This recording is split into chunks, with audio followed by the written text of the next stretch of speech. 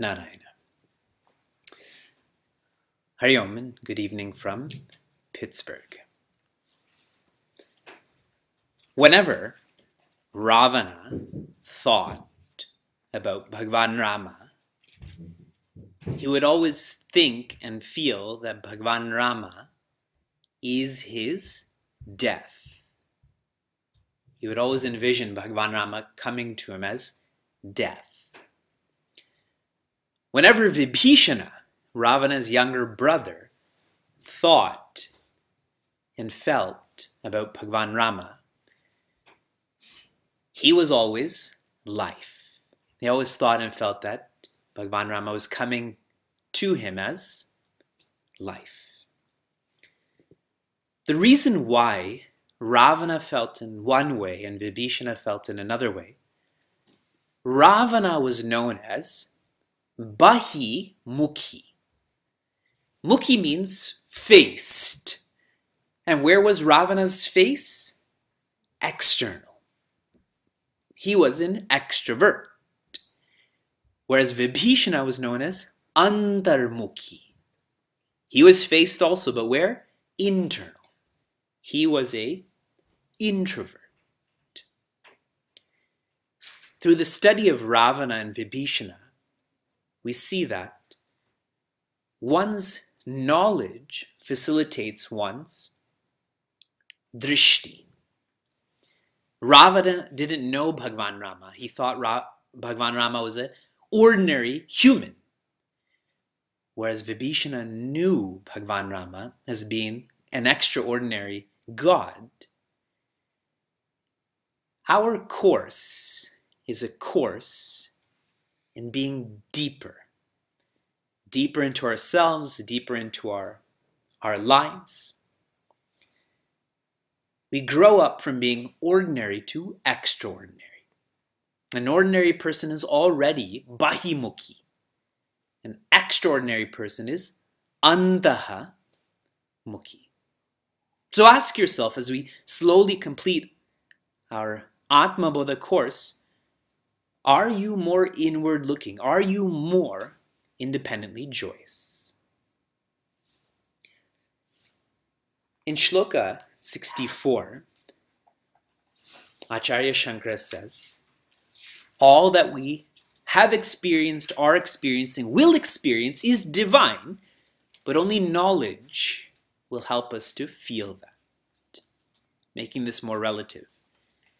This past Sunday, we celebrated Earth Day. When one has knowledge of the earth, then they don't look after the welfare of only a country. Because from the perspective of the earth, there are no countries. There is only earth. When someone has the knowledge of the earth, they don't look after a generation. The earth is not going to last only 25 years or 50 years. Hopefully the earth will last forever. How our knowledge changes our relationship with, in this case I'm talking about Earth Day and Earth. What if we went deeper to the infinite? To know that all of the people around me are infinite also. Our sutra for Shloka 64, being happiness is natural. Being happiness is natural. We are happiness. We just need to know this to benefit. Being happiness is natural. In 65, Acharya Shankara shares this knowledge that will bring about this vision right now is covered by ignorance or avidya, forgetfulness. We have to address this forgetfulness. Ignorance is not inquiring. One who doesn't inquire into why be in a relationship, why be in a profession, why live, that person is ignorant. They are artificial intelligence. But when one starts to inquire, we stop ignoring and we start to have these divine eyes. Only divine eyes can experience this divinity. It's not so complex. Inquire, engage in vichara. The sutra for 65, integration is insightful. When my body follows my mind, when my mind follows my intellect, that is integration. Yukta, then I come to have vision. We continue with Shloka 66.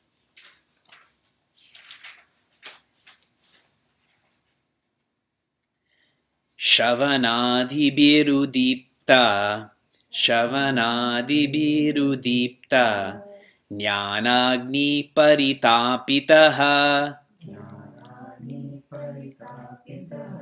Jiva sarvamalan muktaha,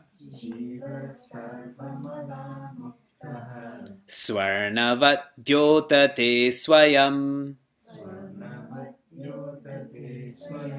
Together, Shavanadibirudipta, Jnanagnir paritapitaha, Jiva sarvamalan muktaha, Swarnavadyotate swayam.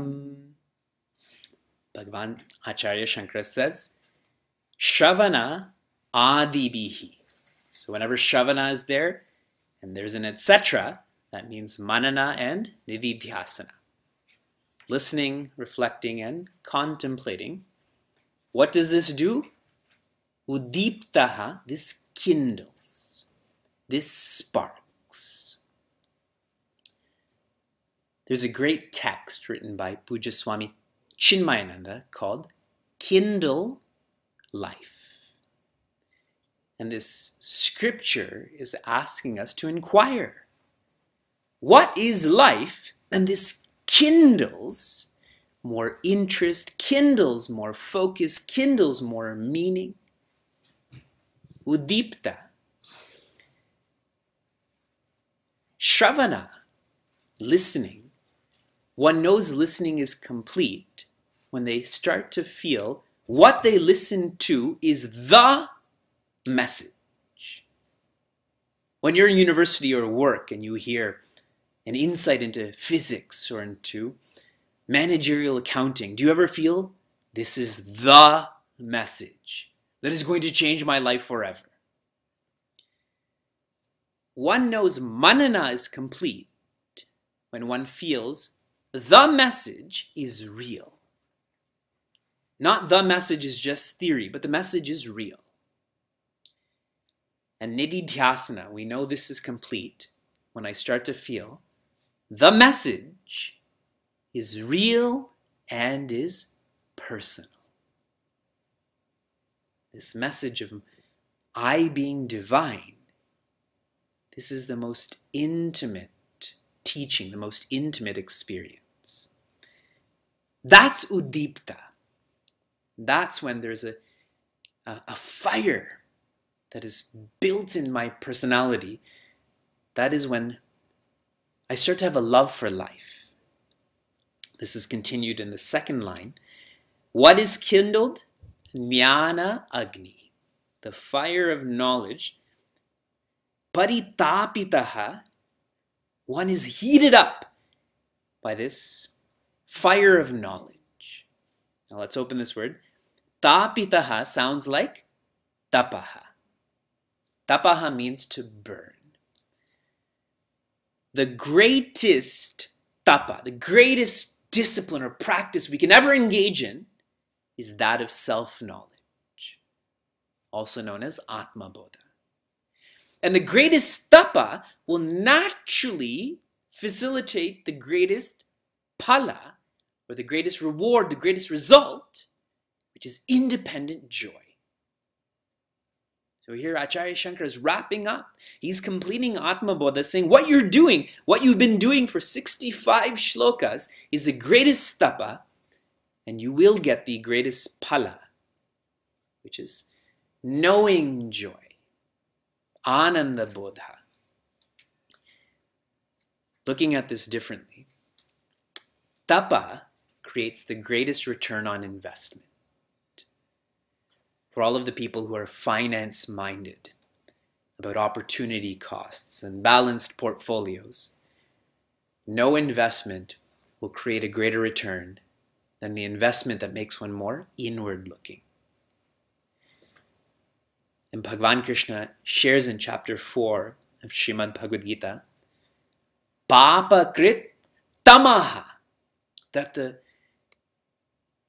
most wicked person, the one who's engaged in the most sinful thoughts and words and actions, even that person can be saved. That person will be saved by knowledge. And he's sharing this to Prince Arjuna, who's not the most sinful person. All of us, sometimes we feel we're useless. We try sadhana, we don't get up in the morning, we eat like this, we don't eat like this, we judge people. We are not the worst people. And if the worst person can be saved by this knowledge, we definitely can be saved by this knowledge. Saved, we can be free. Jiva sarva malan muktaha. We become free of sarva mala, all dirt, all impurity that makes one a jiva, that makes one limited. Here the word mala is indicative of vasanas. What is the only way to be freed of vasanas or propensities? To know that I have no vasanas, that I am free of this propensity to find joy outside of my nature. More deep than the mala of vasanas is the mala of dvaita. Only in two-ness, only in separation do I feel small or have vasanas. But if there's no separation, there's no smallness. Only in two-ness, only in plurality can there be anger and jealousy and fear. Where there's oneness, there cannot be any vices. There's only amala, which means purity, peace. And Bhagavan brings in the example here. Suvarnavat, like gold, dyotate means shines. How? Swayam, shines by itself. The idea being here is when gold is pulled out of the earth, that ore is mixed with stone or mud, so they wash it. And then if they really want to refine that gold, what do? Melt it. And the melting of that gold brings out such a shine that you have to wear those visors just to see that gold.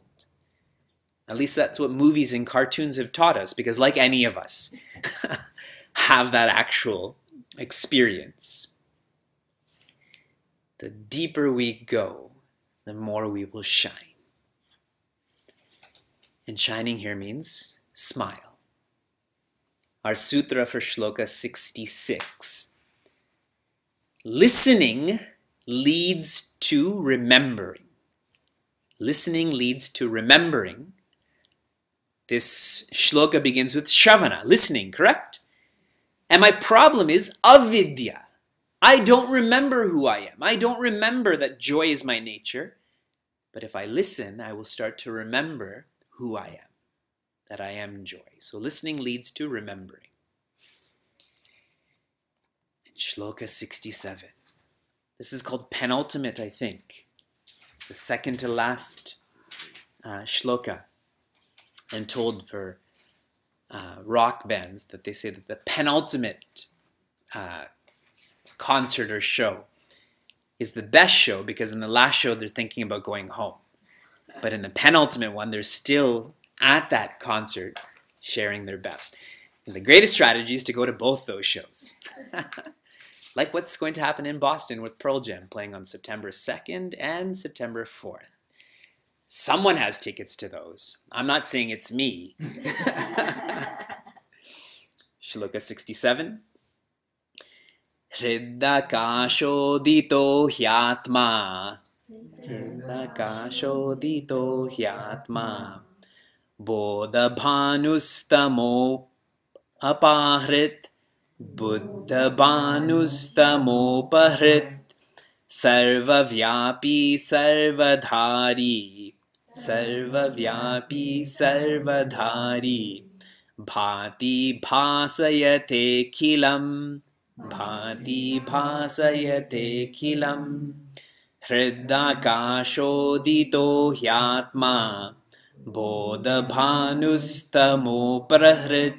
Sarvavyapi sarvadhari. Bhati bhasayate khilam. Acharya Shankara says, Hrit akasha, in the space of the heart, uditaha, rises what? He Atma, the self. Right now when I say Vivek, I'm only referring to the body, maybe the mind. But if I followed Atma Bodha, when I say the center of me, I feel the self. And so in this first line, Acharya Shankara is sharing more deeply, you will feel a new you. A new you. Like someone, in a very light way, you know, after you cut your nails when they're really long, you feel like there's a new you. You feel so good after you cut your nails. Or if you've gotten into physical shape, or you become a morning person, etc., etc., you feel a new you. Imagine feeling infinite. For billions of years I've felt finite. I now feel infinite. When I say Vivek, I'm using the word Vivek, but I know Atma. Bodha, Banuhu, Tamaha, Apahrit. This is like Apahrit, destruction of what? Tamaha, darkness. How? Bodha Bhanu, by the sun of knowledge. In our scriptures, there's a lot of universality, especially in Atma Bodha, where we take elements of nature and make them worshipful. Like the sun. The sun is great in all religions. The moon, the mountains, the oceans, the fields. Here Acharya Shankara is talking about, if you're going to feel a new you, where is the rising of the sun? Not externally, but internally. Not physically, but metaphysically. In Ishavasya Upanishad, I believe it's the 15th mantra, where the Rishi prays to the sun, and here the sun is referring to the Creator. Here, we should start to feel we are not creation, but we are the Creator, not the effect, but the cause. Who is this cause? What is this feeling? Sarvavyapi, all-pervading. Sarvadhari, which means all-holding. Looking at this in a more practical way, Sarvavyapi means what is in my heart, that is the Atma, is not just in my heart, my Atma, it is all hearts, all Atma. And Sarvadhari, that which holds, here you should understand this as the most important. Out of all of that holds our attention, the most important is life, The most important is happiness. So ask yourself, is life and happiness holding your attention? Was that the purpose of your day, the purpose of your life? The example, bhati bhasayate akhilam. This life makes all else shine. No life, no shining. No divinity, there is no existence, no awareness, no joy. Our Chinmay Mission centers are going to be having their graduation soon, and all of our 20,000 Balavihar kids, they're learning shlokas and dressing up as Bhagwan Rama and so on. So imagine we have our own centers, or we rent community centers, and they're all on stage, but there's no light. Right? Then all of their efforts, what was the point? We can't see them. That light brings importance or relevance to that which is on stage.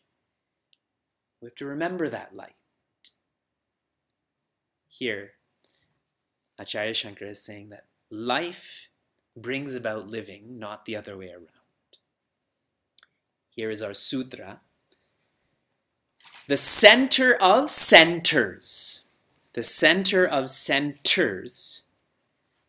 All of us have a different center in life. For some, it's getting a job. For some, it's being in a relationship. For some, it's managing their families. For some, it's being in better health.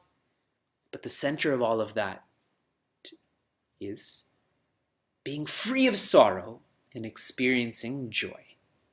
The center of centers. I asked a group of people to think about what makes a profession valuable. I think what makes a profession valuable is one that no one else is doing. If everyone's engaged in the same profession, it's not as valuable, correct?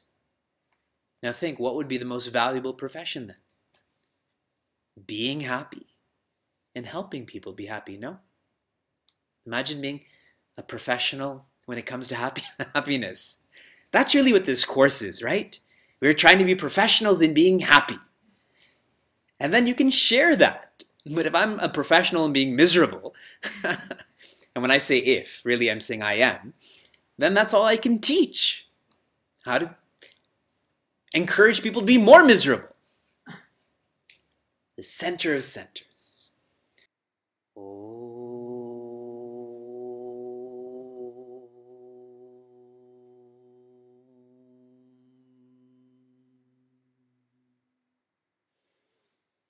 Om Sarve Bhavantu Sukhinah, Sarve Santu Niramayaha, Sarve Bhadrani Pashyantu, Ma Kaschid Dukkha Bhag Bhavet. Om Shanti Shanti Shanti Harihi Om Shri Gurubhyo Namaha Harihi Om